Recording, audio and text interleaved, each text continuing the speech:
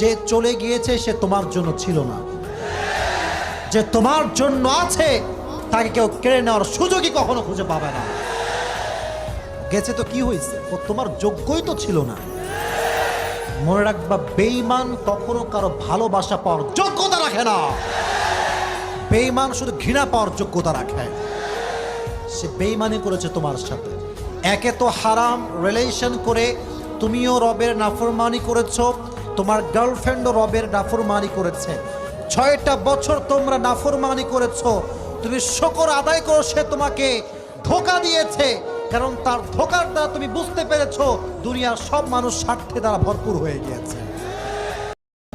যে চলে গিয়েছে সে তোমার জন্য ছিল না, যে তোমার জন্য আছে তাকে কেউ কেড়ে নেওয়ার সুযোগই কখনো খুঁজে পাবে না।